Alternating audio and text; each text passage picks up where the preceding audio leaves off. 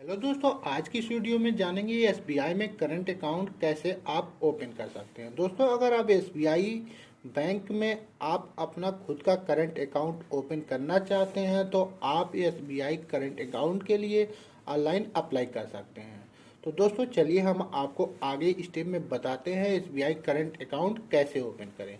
तो दोस्तों सबसे पहले आप गूगल क्रोम ब्राउज़र को अपने लैपटॉप में ओपन कर लें और टाइप करें एसबीआई करंट अकाउंट ओपनिंग और इंटर प्रेस कर दें।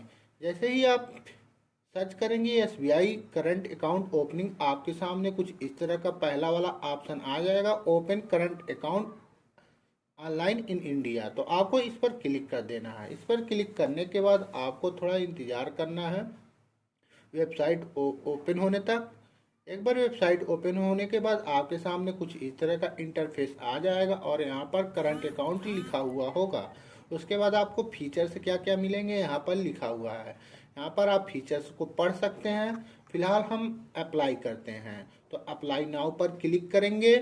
अप्लाई नाउ पर क्लिक करने के बाद आपको यहाँ पर बहुत सारे ऑप्शन दिख रहे हैं। यहाँ पर आप इसको पढ़ सकते हैं क्लिक करके बारी बारी से। फिलहाल हम करंट अकाउंट ओपन करेंगे। स्टार्ट नाउ पर क्लिक करेंगे। उसके बाद कस्टमर एप्लीकेशन नंबर हमें यहाँ पर क्लिक करना है। यहाँ पर एक है प्री पर्टिकुलरली फिलेड फॉर्म।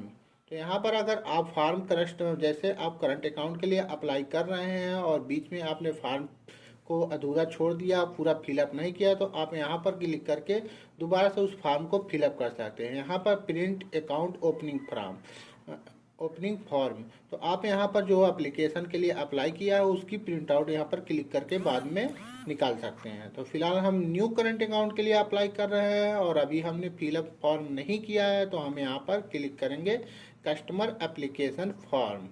यहाँ पर क्लिक करने के बाद आपके सामने कुछ इस तरह का फॉर्म ओपन हो जाता है और आपको इसको पूरा टोटली फिलअप करना होता है। तो यहाँ पर आपको एक ब्रांच कोड जो है इंटर करना होगा। तो ब्रांच कोड आपको नहीं पता है तो आपको यहाँ पर सिलेक्ट ब्रांच पर क्लिक कर देना है।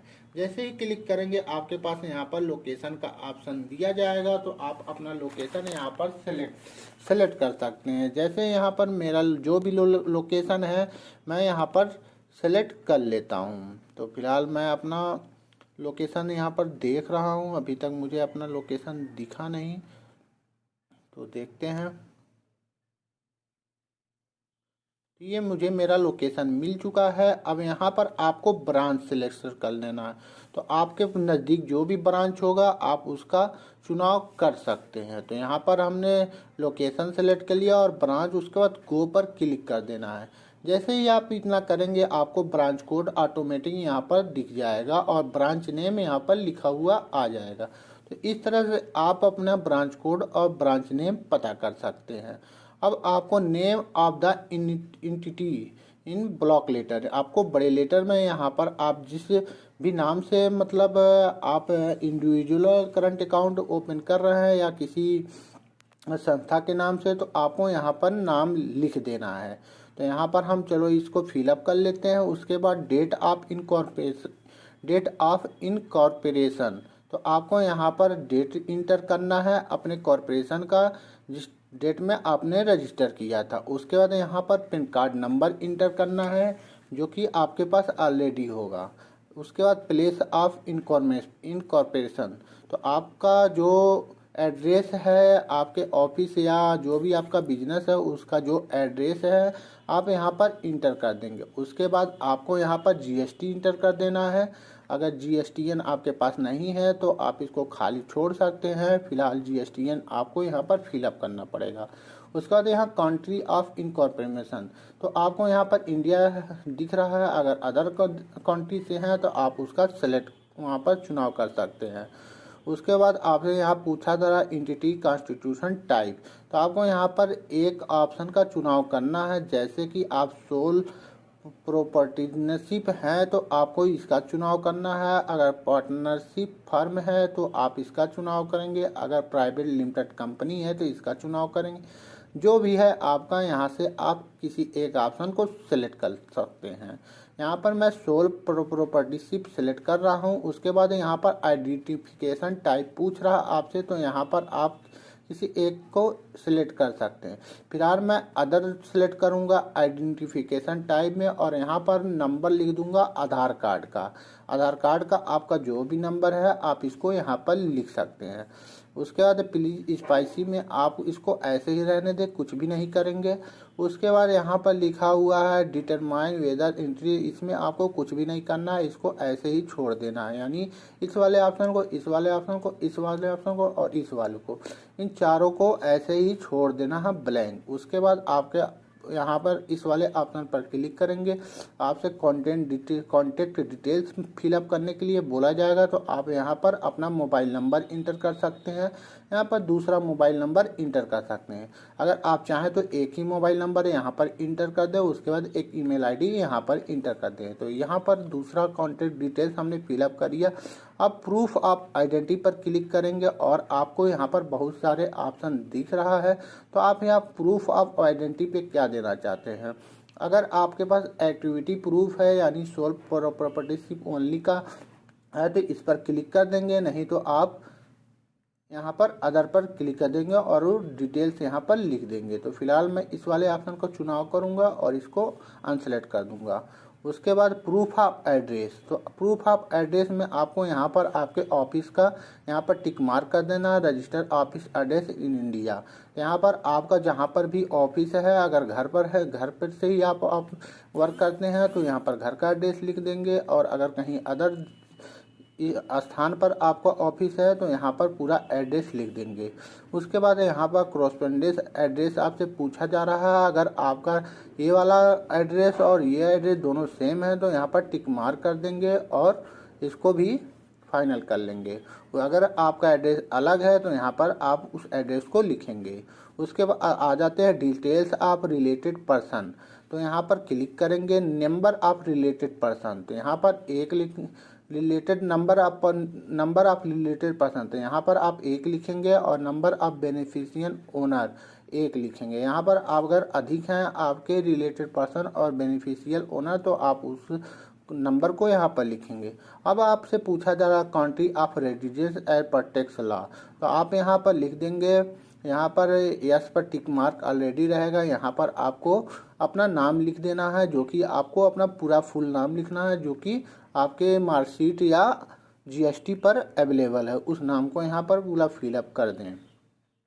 उसके बाद आपको यहाँ पर प्लेस पर सिलेक्ट कर देना है और वेरीफाइड डेट ऑटोमेटिक यहाँ शो होगा।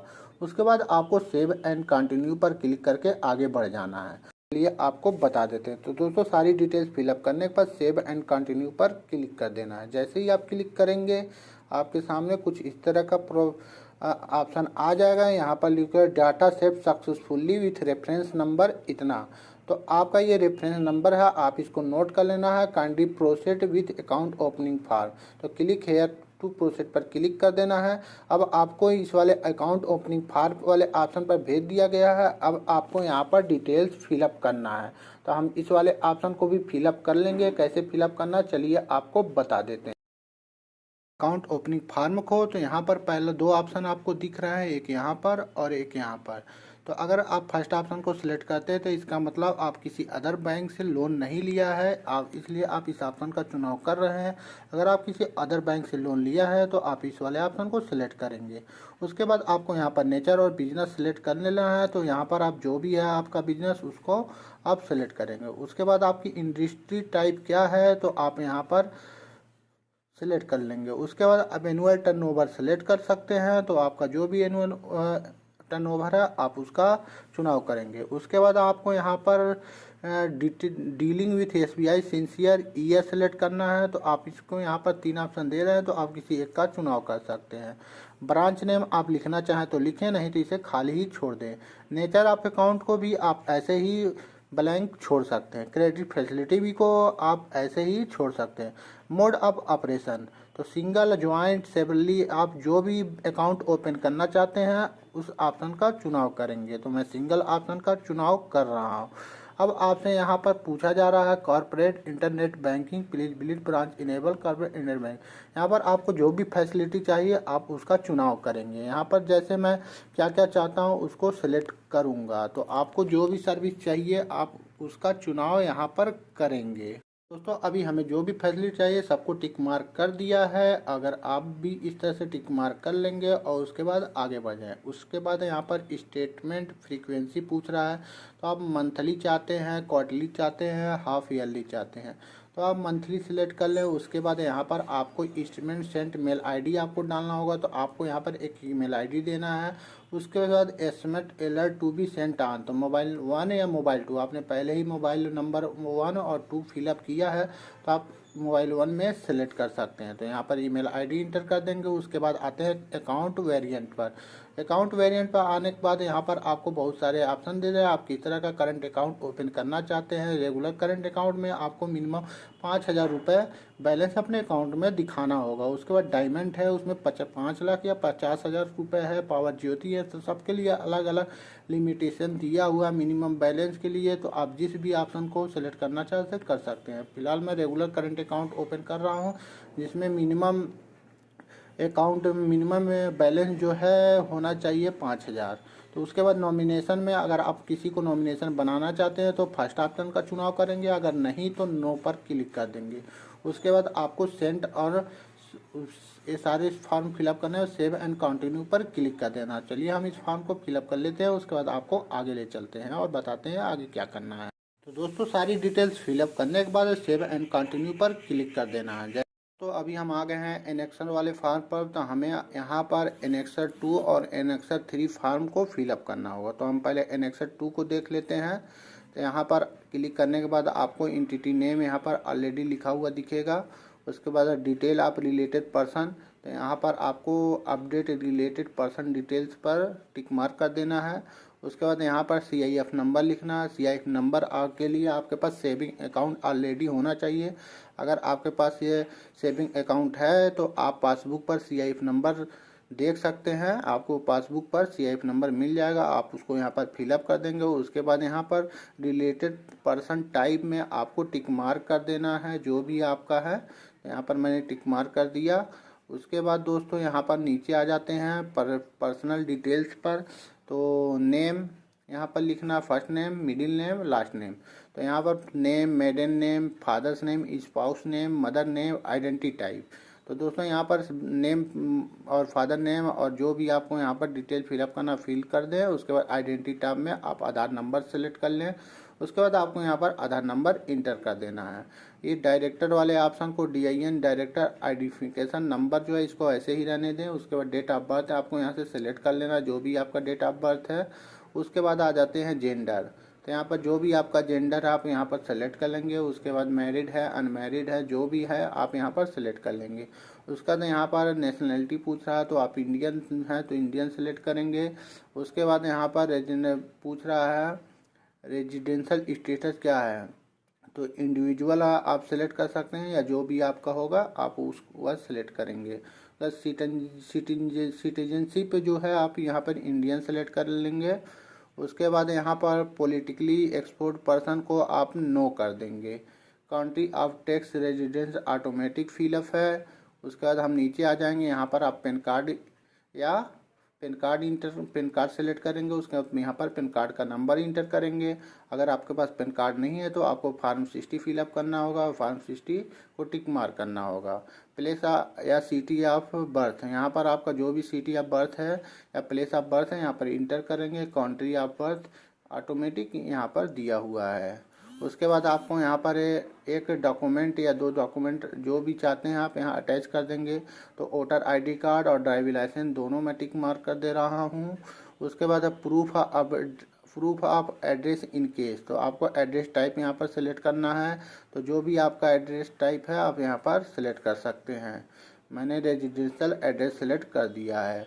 उसके बाद एड्रेस डिटेल्स में permanent same as current address, तो आप यहाँ पर टिक मार्क करेंगे तो आपका जो भी एड्रेस है वो ऑटोमेटिक आ जाएगा, आपको सिलेक्ट करने की ज़रूरत, लिखने की ज़रूरत नहीं पड़ेगी। उसके बाद यहाँ पर आपको मोबाइल नंबर इंटर कर देना है और एक ईमेल आईडी।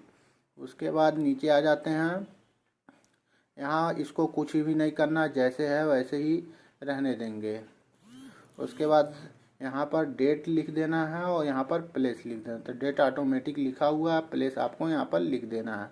उसके बाद हम आ जाएंगे एनेक्सर 3 में। तो पहले हम इसको फिलअप कर लेते हैं पूरा, उसके बाद आपको दिखाते हैं एनेक्सर 3 में कैसे फिलअप करना है। तो चलिए, तो दोस्तों अभी सारी डिटेल्स फिलअप कर चुके हैं, उसके बाद हम सेव पर क्लिक कर देते हैं। तो दोस्तों डाटा सेव करते ही आपको रेफरेंस नंबर यहाँ पर दोबारा से देखने को मिलेगा। तो क्लिक हेयर टू प्रोसीड पर क्लिक करेंगे। तो दोस्तों यहाँ आप एनेक्सर 3 में हैं, यहाँ पर आपको एप्लीकेशन टाइप में न्यू ऑलरेडी यहाँ पर सेलेक्ट होगा। CIF नंबर को आप छोड़ दें ऐसे ही, प्रूफ ऑफ एड्रेस को भी आप ऐसे ही ब्लैंक रहने दें। यहाँ पर same as current address tick mark कर दें, तो जो भी आपका एड्रेस है यहाँ पर ऑटोमेटिक आ जाएगा। उसके बाद यहाँ पर आपको एक मोबाइल नंबर लिख देना है, उसके बाद यहाँ पर एक ईमेल आईडी लिख देनी है। तो यहाँ पर हम लिख लेते हैं अपना मोबाइल नंबर और ईमेल आईडी। उसके बाद डेट ऑफ बर्थ, यहाँ पर डेट यहाँ पर ऑटोमेटिक लिखा हुआ है, ऑथराइज पर्सन बाय एंटिटी। तो यहाँ पर जो भी कंपनी का ओनर है या जिसके नाम से करंट अकाउंट ओपन करे ओनर का नाम लिखेंगे। उसके बाद प्लेस आप यहाँ पर लिख देंगे, जो भी आपका प्लेस है। उसके बाद आपको सबमिट पर क्लिक कर देना है। तो दोस्तों एक चीज़ और है, यहाँ पर एनेक्सर 4 है। अगर आपके पास कोई कंपनी रजिस्टर है तो आप एनेक्स 4 फॉर्म को फिलअप कर सकते हैं, नहीं तो इसे ऐसे ही छोड़ दें। उसके बाद एनेक्सर 1 और एनेक्सर 2 और एनेक्सर 3 फिलअप करने के बाद आपको सबमिट पर क्लिक कर देना। चलिए हम इसे फिलअप करके सबमिट पर क्लिक करते हैं। अब हम इसको सेव पर क्लिक कर देते हैं और सेव कर लेते हैं। क्लिक हेयर टू प्रोसीड पर क्लिक करते हैं और यहाँ पर एनेक्सर 4 है। अगर आप इसे फिलअप करना चाहें तो फिलअप कर सकते हैं। अगर आपके पास कोई कंपनी है तो इसको आप फिलअप कर दें, नहीं तो इसको ऐसे ही छोड़ दें। उसके बाद आपको लास्ट में सबमिट पर क्लिक कर देना है। सबमिट पर क्लिक करने के बाद your data has been saved successfully, kindly note the reference number and contact the branch. तो आपको क्या करना है दोस्तों, यहाँ पर click here to download PDF पर क्लिक कर देना है। उसके बाद यहाँ पर रेफरेंस नंबर डाल देना है। उसके बाद गेट OTP पर क्लिक कर देना है। आपको OTP आपके मोबाइल नंबर पर आएगा, जो भी आपने मोबाइल नंबर यहाँ पर दिया था उस OTP। दोस्तों OTP इंटर करने के बाद आपको डाउनलोड पर क्लिक कर देना है। जैसे ही आप डाउनलोड पर क्लिक करेंगे आपके सामने PDF पेज डाउनलोड हो जाएगा। यहाँ पर डाउनलोड हो चुका है, आप इसे ओपन कर लें। ओपन करने के बाद ये फॉर्म आपको मिलेगा, इस फॉर्म को आप प्रिंट आउट निकाल लेंगे। प्रिंट आउट निकालने के बाद आपको जाना है अपने नियर ब्रांच पर, जो भी आपका SBI ब्रांच नज़दीक में वहाँ पर जाएं और जिसको आपने यहाँ पर फॉर्म सेलेक्ट किया था जिस बैंक को, उस बैंक पर जाके इस फॉर्म को आपको जमा कर देना है। साथ में आधार कार्ड भी ले लेंगे, पैन कार्ड भी ले लेंगे और आपके पास GST है और रजिस्टर सर्टिफिकेट भी है तो उसको भी आप लेकर जाएंगे। फिर आपको इसको जमा कर देना है और आपको साथ ही ये रेफरेंस नंबर भी जो आपको मिला था, ये वाला रेफरेंस नंबर भी आपको दिखाना पड़ सकता है। तो दोस्तों इस तरह से आप करंट अकाउंट के लिए ऑनलाइन अप्लाई कर सकते हैं। अगर आपको वीडियो अच्छा लगा हो तो आप हमारे चैनल को सब्सक्राइब कर लें, साथ में बेल आइकन को भी दबाएं। Thank you for watching.